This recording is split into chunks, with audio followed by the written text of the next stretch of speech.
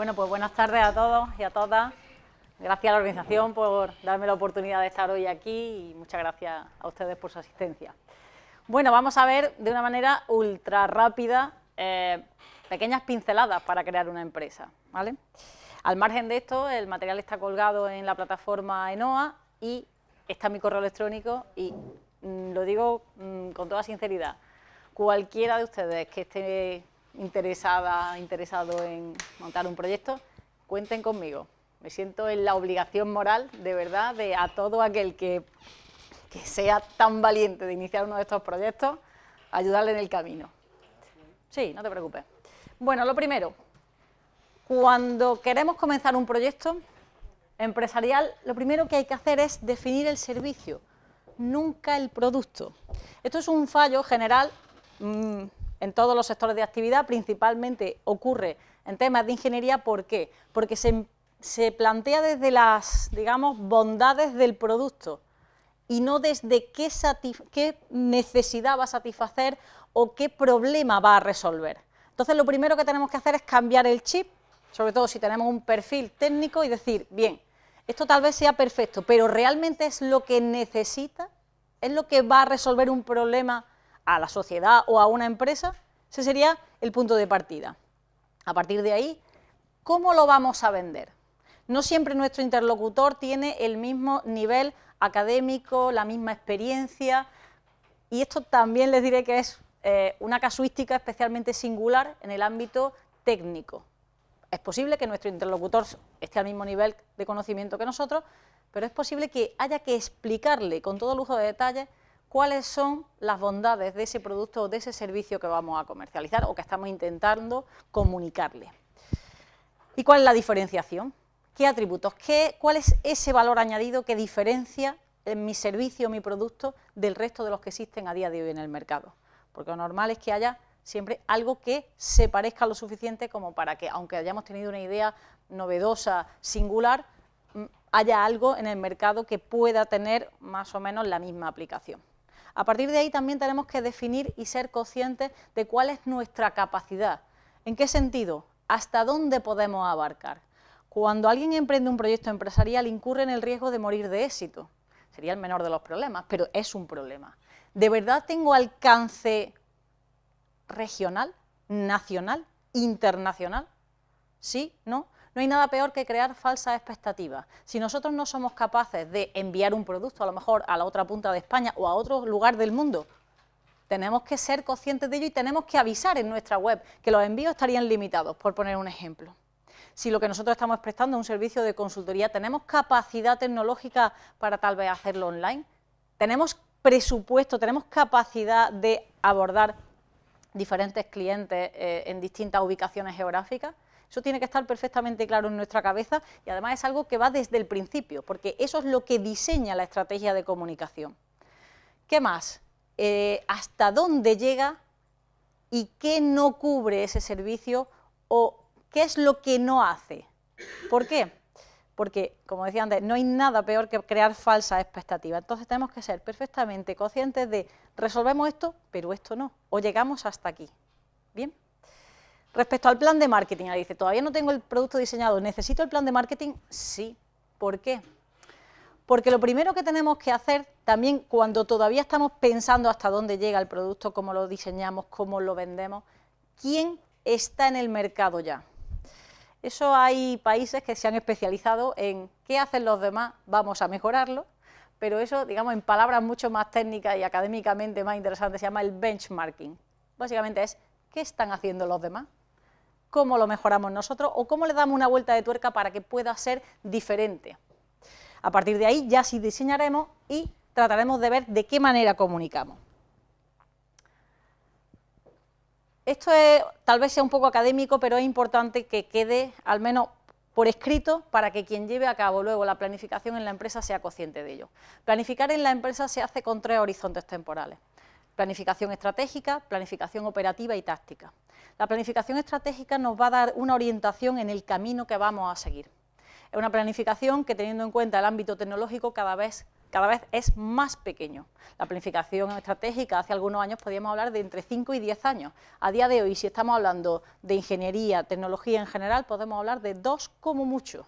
¿Por qué? Porque la velocidad de innovación en la tecnología es tan rápida que un plan se queda obsoleto. Pero nosotros tenemos que saber dónde queremos ir, porque nos va a marcar la senda que vamos a llevar. También tendremos que saber cuál es el paso siguiente, a una semana vista, cuáles son las necesidades de mi empresa, esa que estoy creando desde cero. Y por último, también tengo que tener un plan de contingencia, algo a lo que aferrarme si ocurre algo. ¿Eso se puede prever? Sí, en cierta medida se puede prever. Y luego, aunque sea algo muy breve, si hablamos de presencia online, sí que tenemos que tener una planificación ad hoc, una planificación sobre la marcha. ¿Por qué? Porque una mala información respecto a nuestra empresa, un cliente insatisfecho, cualquier aspecto se puede convertir en viral. Lamento usar esa palabra porque realmente no me gusta, pero como todo el mundo sabe a lo que me refiero, si yo digo algo se ha convertido en viral, no hay nada más perjudicial para una empresa que un rumor que se extienda. ¿Por qué? Pues porque antes, cuando uno tenía una mala experiencia de cliente, se lo contaba a su ámbito más cercano. Ahora, cuando alguien tiene una mala experiencia, se lo comunica a sus 25 grupos de WhatsApp, lo dice en Facebook, lo cuenta en Twitter, y a partir de ese momento tiene uno la imagen que prácticamente está creando destrozada. Con lo cual, siempre ha habido que ser cuidadoso y cauto con el tratamiento al cliente, pero ahora hay que ser extremoso, porque corremos el riesgo de morir incluso antes de empezar. Esto que tenemos aquí delante es el análisis clásico de lo que sería una visión de 360 grados alrededor de la empresa. Esto es una matriz DAFO. ¿Hay alguien que no esté familiarizado con esta nomenclatura? Lo digo por pararme más o menos. ¿Han escuchado alguna vez hablar de las matrices DAFO? ¿Sí? ¿Sí? No. Vale.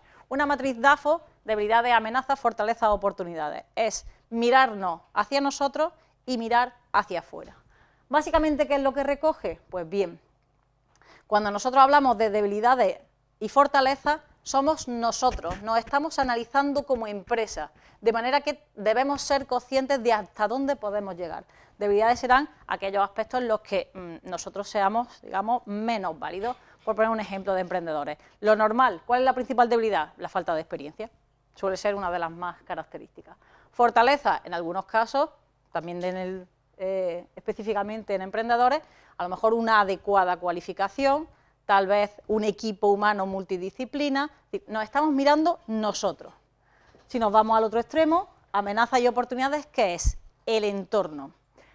Amenaza, bueno, básicamente serán aquellos aspectos de la realidad que más puedan perjudicarnos. Por ejemplo, también en el ámbito del emprendimiento, la principal amenaza serán competidores que estén consolidados en el mercado o que tengan una imagen de marca que ya esté reconocida.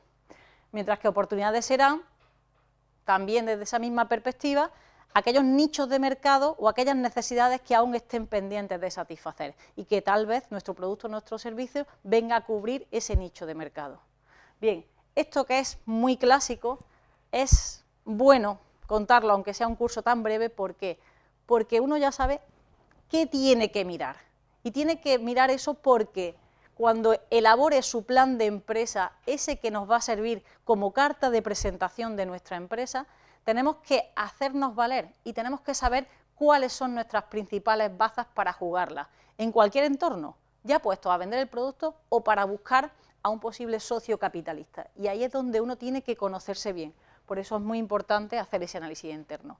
Desde la otra perspectiva, uno tiene que saber el terreno que pisa, por lo tanto, tiene que ser consciente de en qué situación exacta se encuentra el mercado al que se dirige y, si es posible, cuál es el perfil del cliente que quiere atraer. Cliente que puede ser empresa o cliente que puede ser particular, ¿vale? Pero esto nos permitirá tener una visión global de dónde nos encontramos y dónde queremos ir. Les recomiendo que sigan, esto está colgado también en ENOA, pero lo voy a abrir solo un segundito. Para quien no está familiarizado con la realización de un plan de empresa, esto puede ser un infierno. ¿Por dónde empiezo? ¿Qué hago? ¿Necesito una plantilla? Bien, pues lo hay. Esta es una, hay 100.000, pero esta es fácil y es manejable. Esto que tienen ustedes aquí es una página web de la Consejería de Economía y Conocimiento de la Junta de Andalucía. Ya les digo que hay otros muchos, pero esta es especialmente operativa, pensada además para quien no tiene ningún conocimiento de los pasos a seguir para crear un plan de empresa.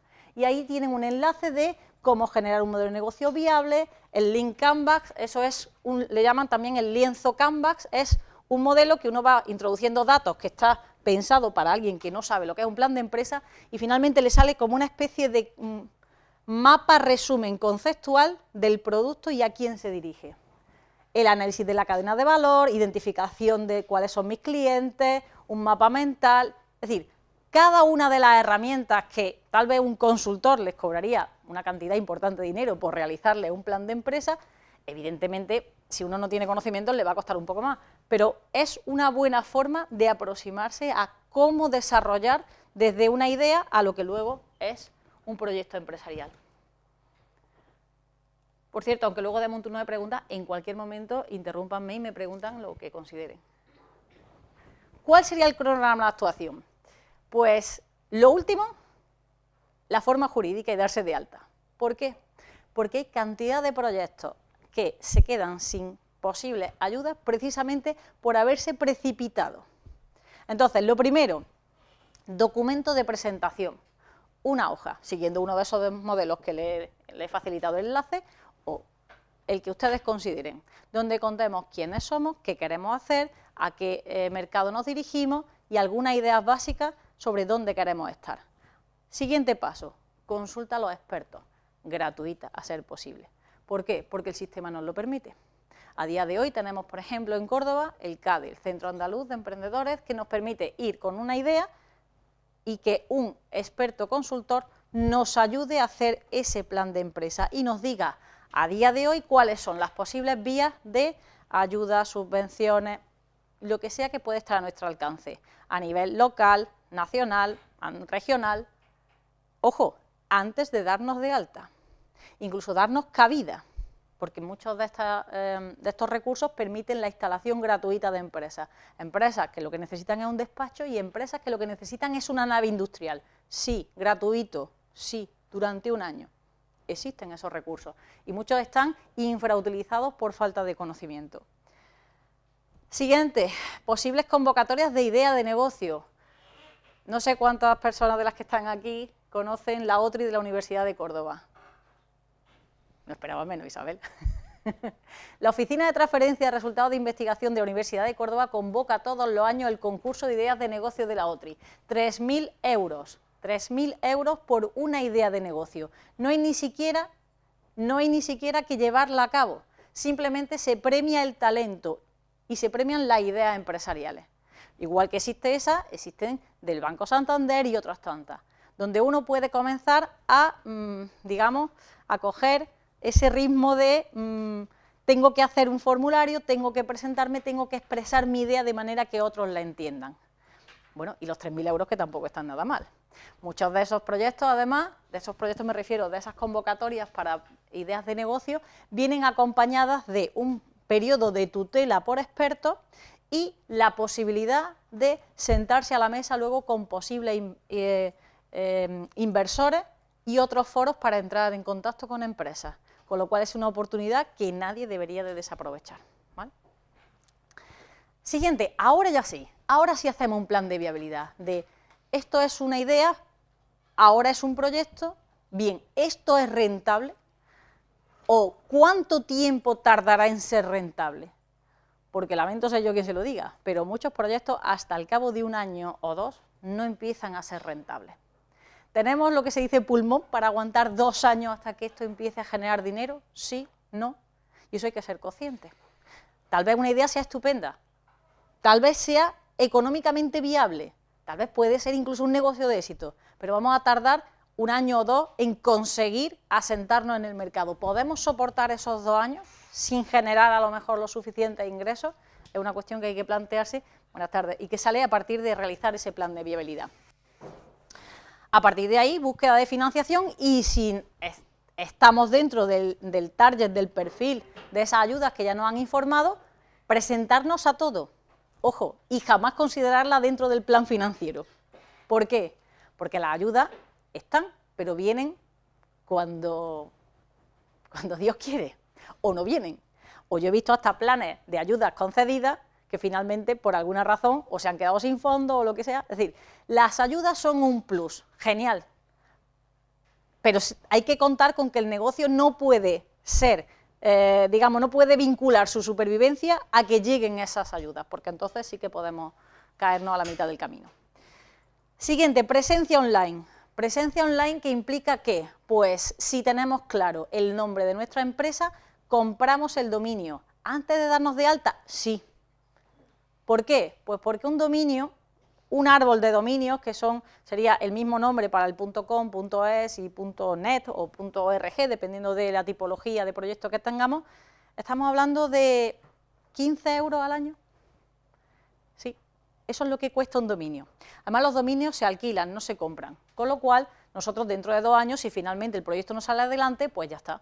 Simplemente no lo renovamos, pero nos estamos garantizando que lo que nosotros consideramos un nombre interesante, un nombre comercial, lo que puede ser nuestra futura marca, está reservada y garantizada. Por lo tanto, sí, antes de darnos de alta en el impuesto de actividades económicas o de registrarnos como empresarios, sí, compramos el dominio. A partir de ahí, luego ya sí decidiremos si vamos a ser empresario individual, una sociedad de responsabilidad limitada, si vamos a ser una cooperativa, si somos varios, etcétera, etcétera. Todas las figuras que permite actualmente el sistema español. Pero eso vendrá después y luego ya iniciamos la actividad. Fíjense cuántas cosas hay que hacer antes de darse de alta. Si esto no estuviese tan enfocado a la ingeniería, tal vez esta transparencia cambiara. Así que si hay alguien que no sea de ingeniería, me disculpa y hacemos matices si hace falta para otras tipologías de empresas. Bien, las 4 P del marketing mix, que cuando hablamos de marketing en Internet habría que añadir otras 2 más, serían precio, producto, promoción y distribución, que en inglés se corresponden pues con lo que ustedes tienen ahí.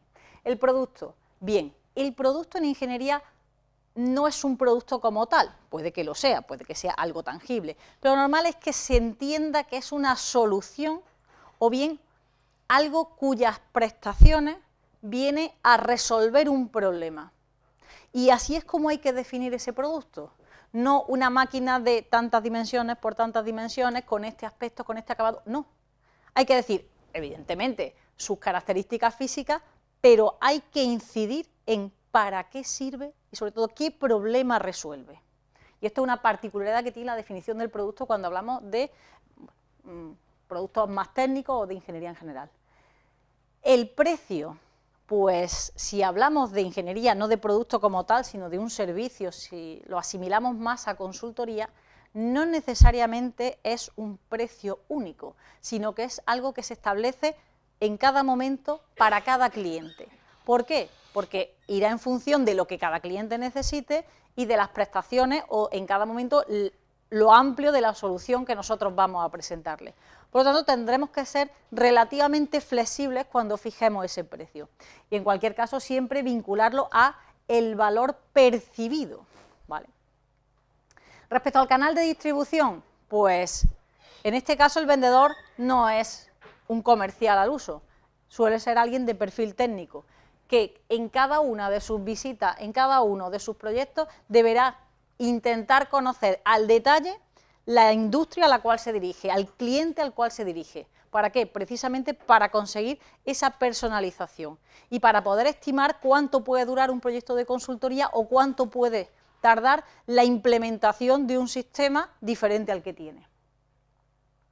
También en esa aproximación al cliente deberá intentar que el cliente le vea como aquella persona que viene a resolverle el problema, ¿vale? Y luego en la parte de comunicación, pues toda la organización puede ser una persona o puede ser un equipo. Todo el mundo tiene que ser consciente que en cada una de sus interactuaciones con cualquiera puede convertirse en un comercial. ¿Por qué? Porque si estamos hablando de pequeños proyectos de emprendedores, esa jerarquía, ese organigrama que puede existir en una gran organización, aquí es inexistente. Así que cualquiera, en cualquier momento, puede convertirse en la cara visible, en el vendedor de la empresa. Por lo tanto, eso tiene que ser una filosofía que quien esté al mando tiene que transmitir a todos. Es decir, señoras, en cualquier momento, cualquiera puede ser un comercial. Así que tengamos siempre esa visión cuando estemos interactuando en el mercado.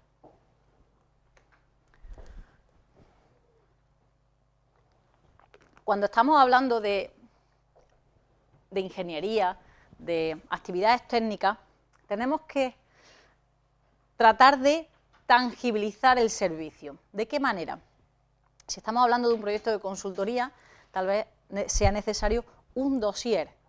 Si estamos hablando de productos técnicos que son tangibles, que son, digamos, instrumentos, esta fase no es necesaria. Pero si nosotros lo que queremos es convencer de una solución, de un servicio amplio, necesitamos que el cliente tenga algo en las manos. Un dossier de presentación, un material que si tal vez es demasiado costoso elaborar ese briefing, hay que elaborarlo para que lo pueda descargar de la web. ¿Por qué? Porque simplemente con palabras es muy difícil vender. Por lo tanto, si es un servicio o es una consultoría, trataremos de tangibilizarlo de alguna manera, que el cliente vea lo que va a recibir a cambio del dinero que va a desembolsar. A partir de ahí también debemos de procurar hacer una pequeña inversión en un logo, una imagen de marca. Eso que al principio parece demasiado costoso y realmente no lo es, porque también la crisis tiene un aspecto un poco más positivo, y es que muchos de los servicios que antes eran tremendamente costosos, como la publicidad, el marketing y demás, se han abaratado bastante. Podemos invertir una pequeña cantidad de dinero en que alguien nos diseñe un logotipo, un nombre de empresa, una imagen, para que a partir de ahí cada material que salga de la empresa ya vaya creando imagen. ¿Por qué? Porque si no tenemos algo a lo que nos asocien, va a ser muy difícil que nos identifiquen dentro de toda la competencia que hay en el mercado. Incidir también en el tema del valor percibido. Tal vez al principio sea una inversión muy grande en capital humano. Si nosotros nos estamos intentando posicionar, si somos emprendedores que hemos comenzado nuestra actividad, es posible que la remuneración que percibamos al principio no esté dimensionada para el esfuerzo que tenemos que hacer, pero cuando uno comienza un negocio tiene que posicionarse en el mercado. Y ese valor percibido poco a poco irá yendo a más, pero al principio es posible que no encuentre uno digamos, ese equilibrio entre el trabajo que está desempeñando y lo que está percibiendo por él. Esos son un periodo de tiempo más corto del que cabría pensar. ¿Qué más? Diferenciación. ¿Por qué? Porque las tecnologías tienden a la estandarización. Para eso, cuando se emprende un proyecto de estas características, es bueno hacer un listado de cuáles son los valores que definen a mi empresa. Y a lo mejor uno de los principales valores de mi empresa es que somos mujeres y que entendemos, con todo mi cariño a los señores que están presentes, que el servicio que se presta ya tiene una cierta diferenciación. Pero además de ese, cualquiera, o sea, el sentido ecológico que tenga la empresa, la rapidez, la empatía, 1000 aspectos que desde la perspectiva humana, no ya tecnológica, porque esas son las especificidades del producto o el servicio y esas están ahí. No, estamos hablando de algo más que define al equipo humano que ha puesto en marcha ese proyecto empresarial, ¿vale? Intentar ir creando una sólida imagen corporativa. ¿De qué manera? Con una adecuada prestación de servicios, con una adecuada gestión de la imagen por medio de logotipos, tipografía, colores, etcétera, etcétera, y luego ir haciendo una pequeña labor que hoy en día es prácticamente irrenunciable de presencia en Internet. Esa singularización es necesaria, ¿para qué? Para que cada cliente vea que el proyecto es único, que el servicio es único, que esto no es café para todos, porque eso es lo que le da verdaderamente valor. Y luego tratar de contrarrestar la naturaleza perecedera de los servicios. Cuando acaba un servicio, cuando se acaba un proyecto de consultoría, ¿qué queda?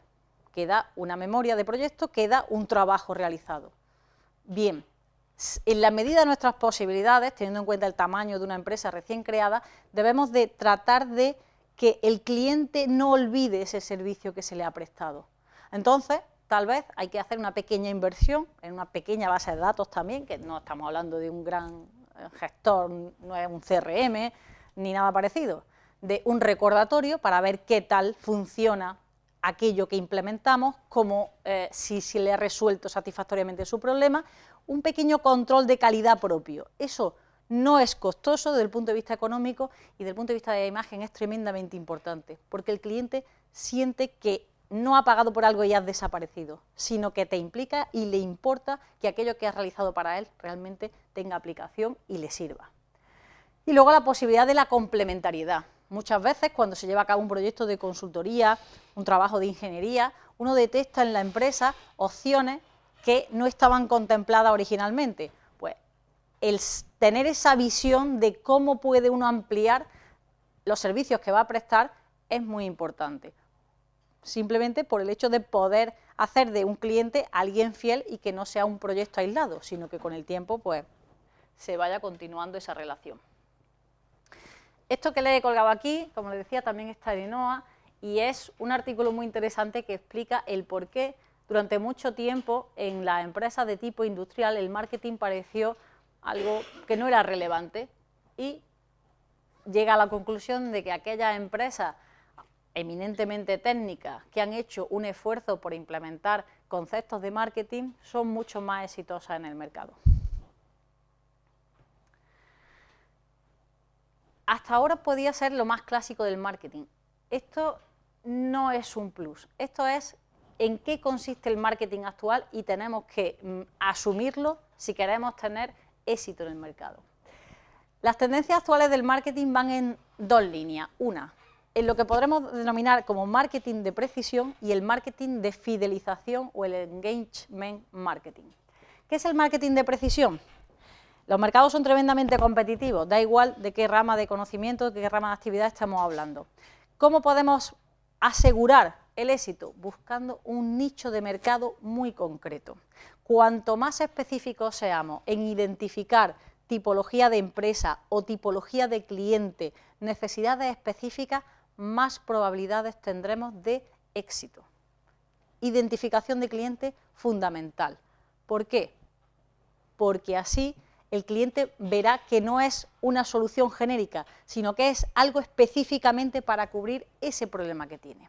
Eso nos llevará a que tenemos que conocer quién es el usuario y conocerlo muy bien. Y no solo eso, sino que además, como vivimos en una economía donde es la inmediatez lo que prima, querrá tenerlo en el momento, querrá tenerlo de la manera que él o ella quiera, porque además, si estamos hablando, por ejemplo, de servicios tecnológicos, las famosas apps o las soluciones online o la tecnología NFC, lo quiero ahora, y es la posibilidad de verlo online, descargarlo, pagar con tarjeta de crédito, o si estamos hablando de otro tipo de proyectos, estamos diciendo, sí, pero es que lo quiero ya, porque es que dentro de un mes esta tecnología puede que esté obsoleta o haya venido otra que lo mejore, que la abarate, con lo cual tenemos que tener una capacidad de reacción muy importante.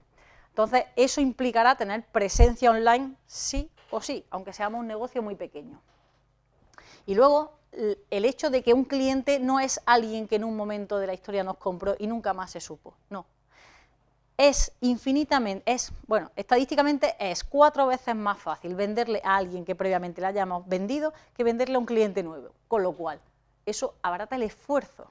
Si nosotros sabemos que la segunda venta es mucho más fácil, diversifiquemos dentro del ámbito de nuestra capacidad lo suficiente como para que un cliente, una vez que nos haya comprado, vuelva a necesitar de los servicios de nuestra empresa más de una vez. Porque además un cliente satisfecho, con un poco de suerte, se convertirá en un prescriptor, es decir, aquella persona que nos recomienda y que en muchos casos, sobre todo en temas de ingeniería, sirve como tarjeta de visita para otras ventas. Y si no, piensen en cuántas páginas web de ingeniería, de arquitectura, de cualquier otra actividad, nuestros clientes. Hay una sección que se llama nuestros clientes y ahí, en muchas ocasiones, en versión anónima, en otras con nombres y apellidos de empresa y marca, servicios que se han prestado ya y marcas para las que nosotros hemos trabajado. Entonces, ese cliente se convierte en nuestra propia tarjeta de visita. Más vale tenerlo contento. ¿Qué más? Si además conseguimos no solo que quien nos compre, sino posicionarnos como alguien técnico que aporta valor no solamente a quien nos compra, conseguiremos que tengamos seguidores en la red y podremos convertirnos en un referente. Es verdad que eso es una inversión de tiempo, pero en muchas ocasiones compensa. No hace falta colgar un artículo científico cada día, porque entre otras cosas es inviable, no haríamos otra cosa salvo escribir. Pero pequeñas soluciones, pequeñas pinceladas, algo que píldoras de conocimiento que el cliente puede valorar y que quien no es el cliente puede llegar mediante otra vía a nuestra página web y quién sabe en el futuro en qué puede convertirse o ante quién puede recomendarnos. Entonces, una web no es solamente un instrumento de venta, es una forma, es un canal a través del cual la empresa se da a conocer. Si estamos hablando de emprendedores, esto es todavía más valioso, porque entre que conseguimos y no conseguimos clientes, sí que podemos ir creando esa imagen y ese soporte de contenido para nuestra web que servirá para muchas más cosas. También una tendencia actual, aparte del marketing de nicho, el marketing de afiliación o el marketing, el engagement marketing, tenemos el marketing social. ¿Qué es el marketing social? También se llama el marketing con causa. Y aquí puedo decirles que hay seguidores y detractores. ¿Qué es esto? Pues le voy a poner un ejemplo muy gráfico. Cuando llega la Navidad y Coca-Cola nos dice que por cada lata que venden, 1 céntimo irá, no sé, a Médicos Sin Fronteras. La pregunta es, ¿algunos de ustedes, si son fieles seguidores de Pepsi, dejarán de beber Pepsi y se pasarán a beber Coca-Cola por el céntimo que dan? No. Esa es mi opinión. Yo pienso que el marketing con causa realmente es una forma de decir, lo de la mujer del César, no basta con que sea buena, sino también tiene que parecerlo. Seguro que han escuchado esa expresión. Pues hay empresas, es que eso es muy antigua, por ahí el sector más joven no le suena. Si una empresa es responsable socialmente, si una empresa se implica en proyectos, ¿por qué no va a decirlo?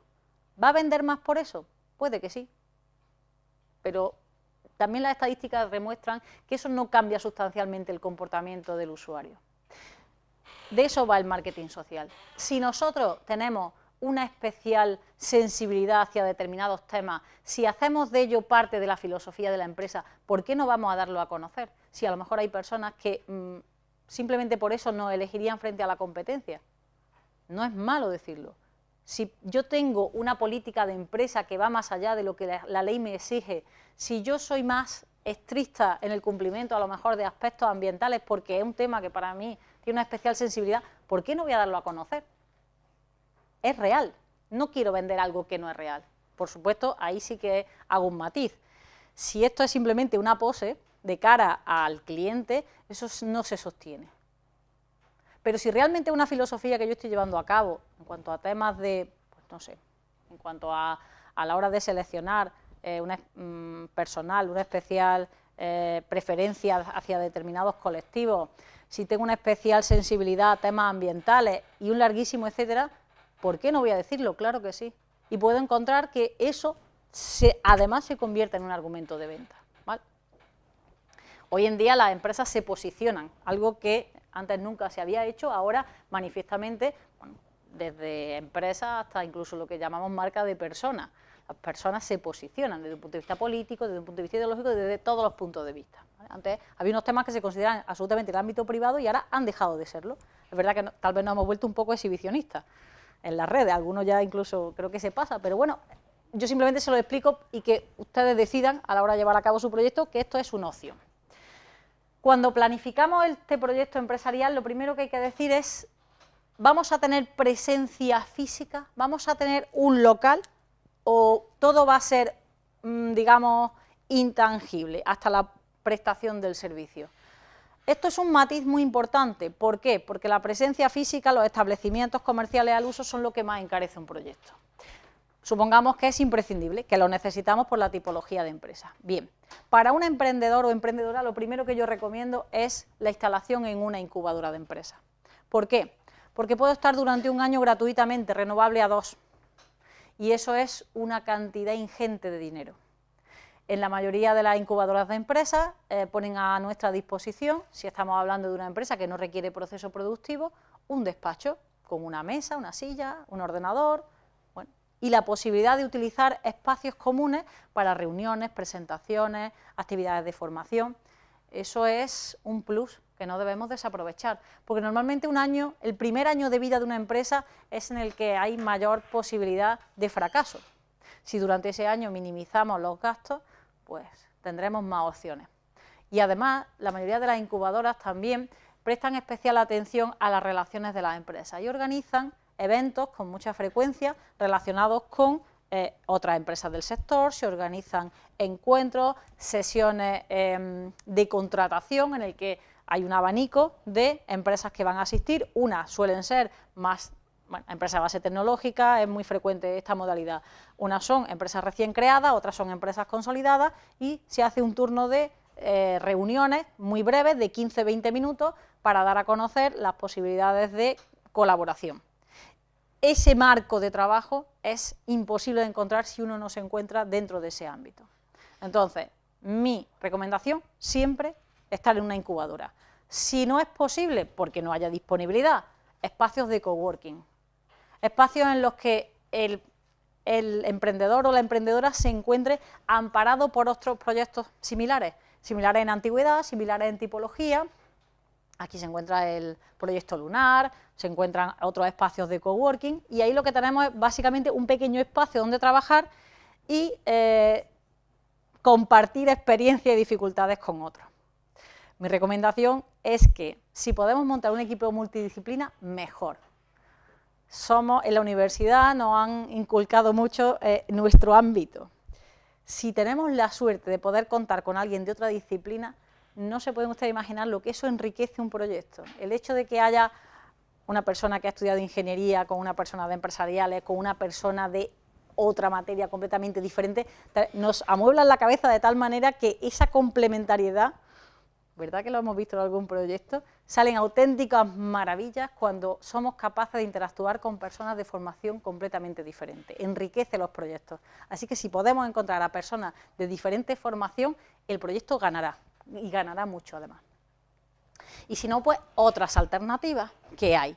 A lo mejor son incubadoras, pero no son gratuitas, pero siempre este tipo de espacios que están pensados para los proyectos que están naciendo. Eso en cuanto a si es imprescindible la presencia física en alguna parte, que no, online. Pero para tener una página web, lo primero que tenemos que decidir es qué uso vamos a hacer de la red. Todas las empresas tienen página web en su mayoría, pero lo que no tienen claro en muchas ocasiones es para qué la van a usar.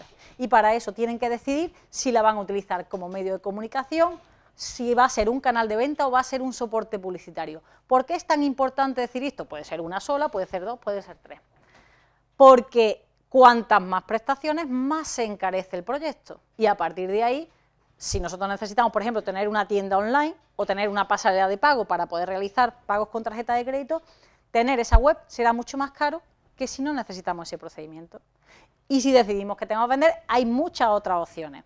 Existe la posibilidad de tener un TPV virtual con un banco, hay muchas alternativas, pero lo primero que tenemos que saber antes de contratar un servicio que nos diseñen una página web, o si tenemos la posibilidad de diseñarlo nosotros, es saber para qué la vamos a usar y si vamos a estar con la capacidad suficiente para dar respuestas en el plazo que exige una web, que es como máximo, y ya estoy poniendo mucho, 48 horas.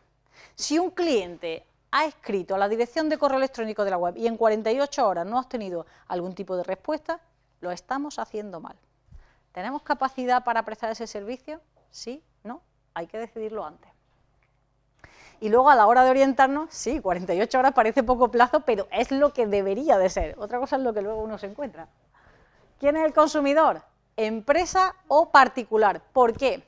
Porque la orientación de una web pensada para empresa es diferente que si va a un cliente en particular y podemos convivir con los dos, con lo cual tendremos que dar la opción a que quien entra en nuestra página web derive hacia un perfil o derive hacia otro, ¿vale? Y eso es muy importante conocerlo a priori. Sin podernos parar a dar muchas explicaciones, pero esta es la secuencia de la creación de un proyecto en Internet. Lo primero que ya hemos dicho que era incluso antes de saber seguro si íbamos a crear la empresa. El dominio, el nombre de una empresa en Internet es fundamental. Fundamental. Si esto fuese un curso de marketing en la red específico, me pararía mucho más. Pero sí que les diré que cuidado con lo que elegimos. Cuidado con utilizar palabras, por ejemplo, dos palabras y que la primera acabe por la misma letra que empieza la siguiente. Les pongo un ejemplo. Vista Alegre, ¿es Vista Alegre o Vista Alegre? Ñes no, etcétera, etcétera. Es un poco de sentido común. Cuanto más largo es un dominio, más difícil es que nos encuentren. En fin, también las tecnologías a emplear. Las páginas tan bonitas y tan dinámicas no se ven en determinados sistemas operativos. Siempre primemos rapidez a estética. En fin, son algunas pinceladas. Alojamiento, hosting, ¿de qué dependerá? Del tamaño de lo que vayamos a poner. Si nosotros somos una empresa de ingeniería y tenemos que colgar imágenes, más nos vale invertir un poquito más en el hosting. ¿Para qué? Para que quien entre no vea línea a línea descargándose una imagen, porque a los 2 segundos se habrá marchado a buscar otra empresa.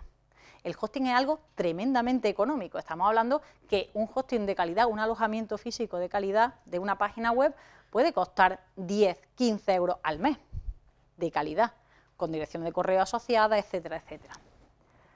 ¿Diseño y estética? Sí. ¿Hay que invertir en eso? Sí. ¿Necesitamos un logo? Es muy recomendable. Y que la imagen física que luego nosotros entreguemos en un dossier se corresponda con esa imagen que hemos proyectado en Internet, porque nos va consolidando en un mercado. Tengamos en cuenta siempre que somos emprendedores, que no nos conoce nadie, pues cuanto más fácil le hagamos el recordarnos, infinitamente mejor. Posicionamiento dependerá de cómo aparecemos en los buscadores. Quien quiera meterse en estos jardines, que me escriba y yo les explicaré cómo se posiciona una web, incluso sin pagar por ello, de manera amateur. Simplemente decirles que se va a basar mucho en que conozcamos cuál es la nomenclatura asociada a nuestro producto, a nuestro servicio y dónde usar esas palabras. Se los dejo ahí un poco como pincelada. Presencia, ¿estaremos en redes? Sí, no, eso es una apuesta. ¿Somos capaces de mantener actualizada la información en Twitter, en Facebook? Sí, no, en Instagram. ¿De verdad lo necesitamos? Una red sí que presencia en redes sociales es todavía más exigente que tener una página web. Ahí tenemos que ser capaces de actualizar contenido cada 2 o 3 días, como mucho. Y eso requiere mucho tiempo. Y luego saber qué está pasando. Eso no es algo que se contrate aparte, eso es una información que viene facilitado por la mayoría de los alojamientos y si no Google lo facilita y nos permite tener mucha información. Quien tiene el perfil de ingeniería no va a tener ningún problema en interpretar unas estadísticas de acceso porque a través de eso sabremos desde dónde nos están llegando, qué palabras utilizan para encontrarnos en los buscadores, dónde estaban los usuarios antes de llegar a mi página y eso nos puede dar mucha información útil. En ese enlace llegan a, para quien no tiene ninguna noción sobre el asunto, a la página oficial en España que gestiona los dominios .es, que requieren cierto grado de especificidad si hablamos de empresas, y a partir de ahí también a registradores en general que nos pueden dar opciones diferentes de precio y de productos. ¿A quién nos dirigimos? Una lista de aproximadamente unos 12 términos que pensemos que un usuario empleará para buscarnos en Internet. Eso es una clave, porque esas palabras van a ser la llave mágica que nos va a servir para posicionarnos en los buscadores, que va a servir para redactar texto relevante y que va a servir también para redes sociales. Así que si alguno de ustedes tiene en mente una idea de empresa, que piense cuáles serían los 12 términos, no palabras, composiciones de 2 o 3 palabras, cabe también, que definen mi producto o mi servicio. Si quieren, hagan un ejercicio mental. Y luego, si quieren también, para validar si son útiles o no, pueden entrar en Google y poner esa palabra o esas 2 palabras. Lo que responde se parece a lo que yo querría ofrecer como producto en mi empresa. Es una forma buena de saber si estamos por el buen camino.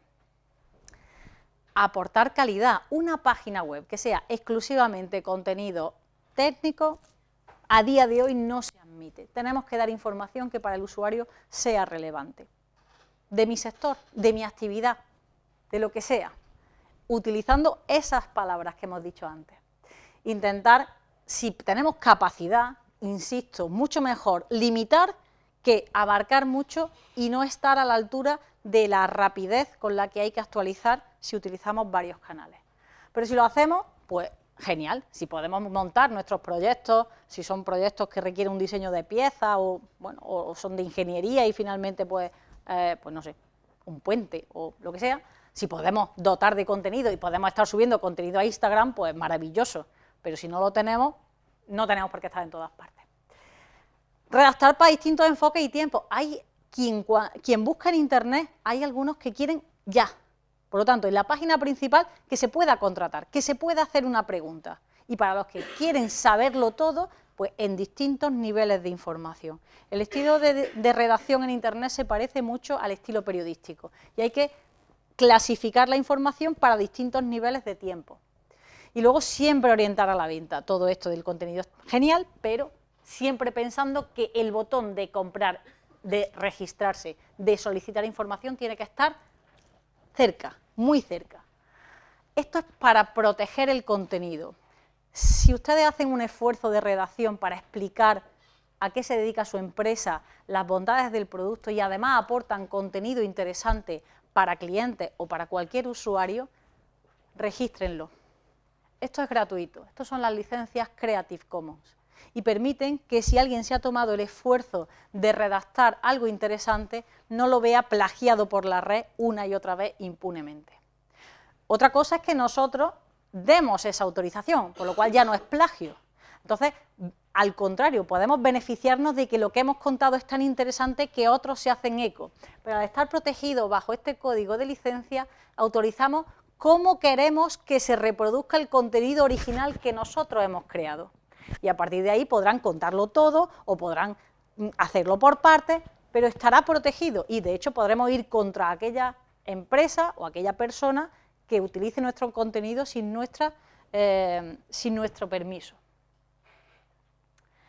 Por último, quiero hablarles del crowdfunding como una alternativa a, bueno, el principal problema que tienen ahora mismo las empresas. ¿Qué es el crowdfunding? En castellano es el micromecenazgo. ¿Y en qué consiste? Pues es una vía de financiación alternativa al sistema tradicional de los bancos que está permitiendo poner en pie muchos proyectos empresariales, algunos tremendamente interesantes y que de otra manera hubiese sido imposible sacarlos adelante.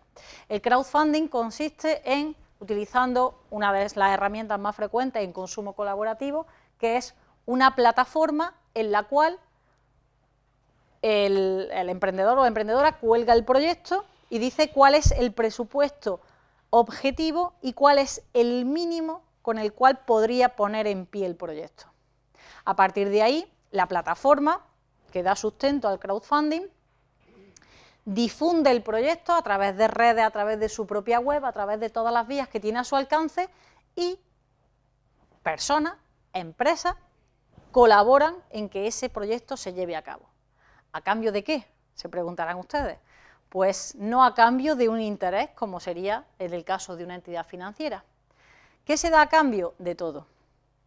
Desde, por ejemplo, desde simplemente mencionar que esa persona ha sido benefactora de ese proyecto y gracias a ella se ha podido llevar a cabo, hasta, buenas tardes, adelante, hasta, pues, por ejemplo, versiones gratuitas de reducidas prestaciones, en el caso de que estemos hablando de software, en otro tipo de proyectos, por ejemplo, relacionados con patrimonio o con proyectos turísticos, que también lo he visto algunos, pues, por ejemplo, pernoctaciones, suponiendo que estamos hablando de un proyecto de desarrollo en un entorno rural. El último que he visto que ha llevado a cabo la Universidad de Granada es la puesta en valor de fuentes en Andalucía, distintas fuentes que están repartidas, pues querían hacer un catálogo para que luego se conviertan en visitables, pero básicamente para saber el estado de conservación, pues lo que iban dando a cambio de, pues para los que han dado 10 euros, para los 20, 50, lo que sea, a unos les daban el catálogo, a otros le hacían una visita, a otros le daban, y entonces lo que se da es una retribución en especie. Pues bien, les he dejado dos enlaces, uno a una página de consumo colaborativo que les recomiendo por curiosidad, simplemente para que vean lo que abarca ese ámbito, que además tienen un enlace de directorio de proyectos, tanto en España como en América Latina. Doy por hecho que todo el mundo sabe lo que es consumo colaborativo y si no, me paro a explicarlo. Sabemos lo que es el consumo colaborativo, ¿verdad? Sí, perfecto. Pues esto se actualiza prácticamente cada 2 meses. Los que aparecen tachados son proyectos que a día de hoy ya no están vigentes. Organizados por, pues, alquilar coches, temas de regalos, compartir bicicletas, plataformas de crowdfunding, básicamente se lo he puesto por este enlace, ¿vale? Pero hay de todo lo que ustedes pudieran imaginarse, de coworking, que también puede ser interesante para el tema que nos ocupa, etcétera, etcétera. Y luego dentro de la presentación les quiero llevar a goteo.org. Vaya hombre. Funcionaba hace un momento. Ahí está. Bien. Bueno, aquí, fíjense, tienen aquí el ejemplo de cómo aparecería algo protegido bajo licencia de Creative Commons. Pues aquí tenemos convocatorias de todo tipo, donde podemos hacer un filtro por proyectos en los que queremos participar. Bueno, protesta un poco, pero se deja. Iniciativa de tipo social, de tipo tecnológico, emprendedores, diseño comunicativo, educativo, bla, bla, bla.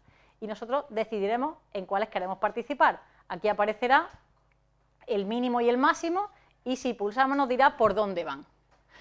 Al final de la presentación que les he subido a Ainhoa, tienen ustedes ejemplos de proyectos que están colgados aquí ahora mismo en goteo.org, en los que las protagonistas son mujeres. Pero tienen de todo. Y esta es una vía que a día de hoy abre las puertas a proyectos que serían imposibles de financiar por la cantidad de avales, etcétera, etcétera, que están pidiendo. ¿Qué se queda a la plataforma? Un 1%, entre un 0,5 y un 1% de lo recaudado por esta vía, y si no se alcanza el mínimo para llevar a cabo el proyecto, se devuelve todo y la plataforma no cobra nada. Con lo cual creo que es una opción a tener en cuenta.